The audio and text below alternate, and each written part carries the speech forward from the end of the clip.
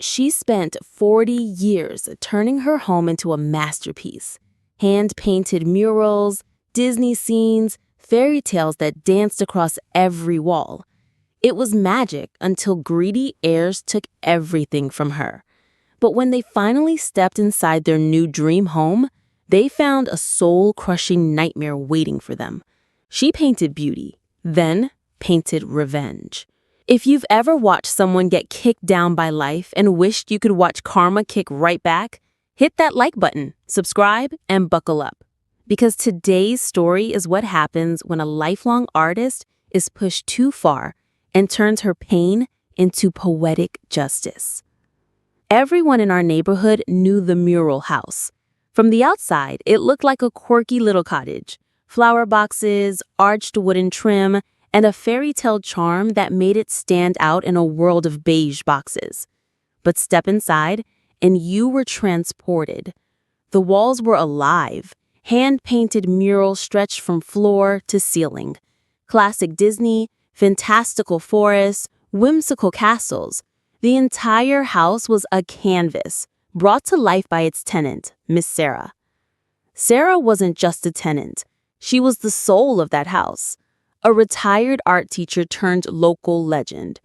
She ran a paint and sip business before it was trendy, decorated furniture on commission, and mentored young artists out of her home studio.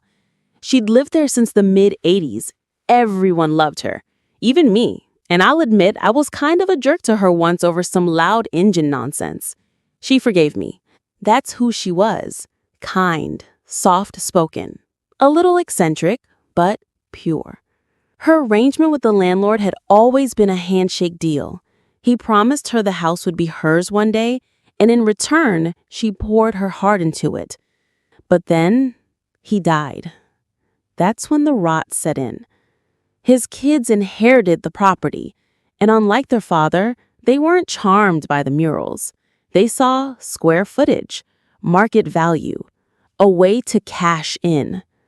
One son in particular, the slick real estate type, showed up with his teenage daughter. They toured the home under the guise of inspecting it, but you could see it in their eyes.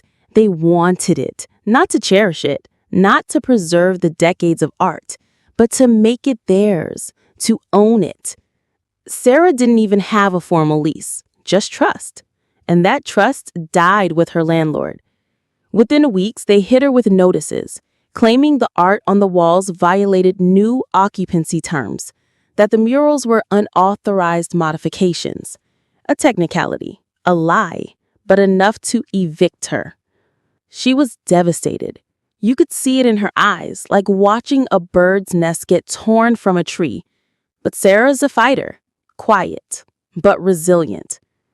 She found another property, barely in time, out of state. It had a built-in studio and plenty of light. Not the dream, but something she could make her own. At first, she planned to leave the mural house intact, let the new tenants inherit the beauty. But then, something changed. Maybe it was watching them smirk while she packed. Maybe it was the daughter filming TikToks in front of her mural of Belle reading a book, laughing like it was a joke. Or maybe it was just realizing the house she loved wasn't hers anymore. And maybe it never really was. That's when the real painting began. Sarah's friend, let's call him Tom, offered to help prepare the house for the new owners. He was a painter by trade, just got a new power sprayer and needed some practice. Sarah agreed. She even joked, "Let's make it Rebecca Standard." Rebecca Standard is what we call those sterile, lifeless flip homes. White walls, gray trim, no soul. You've seen them. Same semi-gloss paint, fake pergo floors, and granite countertops so cold they could kill your houseplants. They got to work. We moved Sarah's furniture into storage. She stayed at Tom's guest house, rent-free, in exchange for one last mural on his living room wall. And then, the erasure began. First, they sanded every wall, buffed out the fairy tales, scrubbed away 40 years of dreams with industrial sanders until the house was just patches of faded color. Then came the sprayer. Tom's new toy was no joke. You could coat a whole wall in 4 passes. Every room got hit with Kills primer, white, lifeless, erasing.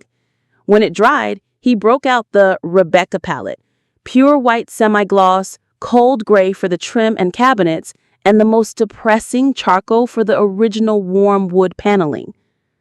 The house died that week. It went from a dream to a Zillow listing. No color, no magic, no soul. Even the front facade wasn't safe. Sarah originally planned to leave the cottage-style exterior, but Tom's landscaping buddy had a different idea and a deal. He'd remove the facade carefully if she let him keep the decorative bushes. The man tore everything out.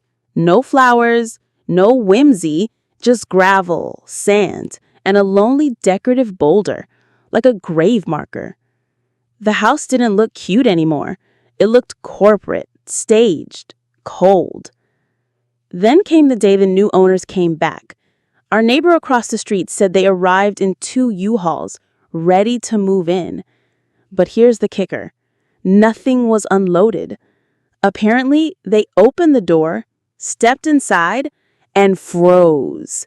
No murals, no color, no Disney Wonderland. Just a gray, echoing tomb with plastic outlet covers and cold floors. No personality, no character, and certainly not the magical art house they'd fallen in love with. They stood in that dead shell of a home, realizing too late what they had destroyed. And then they left. We haven't seen them since.